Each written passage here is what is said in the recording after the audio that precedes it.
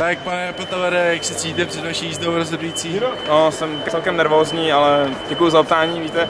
Ono přece jenom je to mistrovství světa junioru a nestává se to každý den, že bych závodil na takovýchto závodech. Opravdu jste nervózní? No, dnes už ani ne, ale včera jsem byl velice nervózní na první jízdě 15 metrů. Taky to podle toho vypadalo, máte záznam, radši se na ně nedívejte. Máme záznam, bylo to opravdu nehorázná. Bylo to opravdu strašné.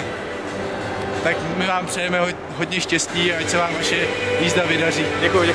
Děkuji za rozhovor.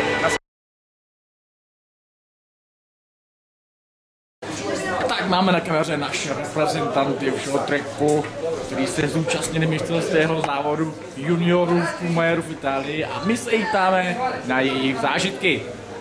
Tak nejprve Miloš. No. Tak pěkné zážitky, děkujeme, odpověděli. Takže Aleš? Abych pravdu řekl, nevím, kde mám začít.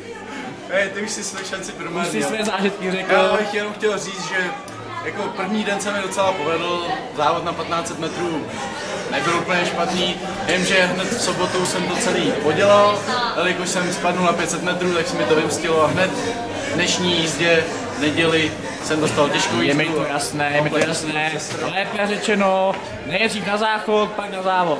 A co teda, znovu zkusíme Miloše, který už si rozmyslel své zážitky. Abych pravdu řekl, nevím čím začít. Moje první jízda na 15 metrů byla velice vtipná, protože jsem byl velice nervózní, tak jsem dělal strašně moc hloupostí.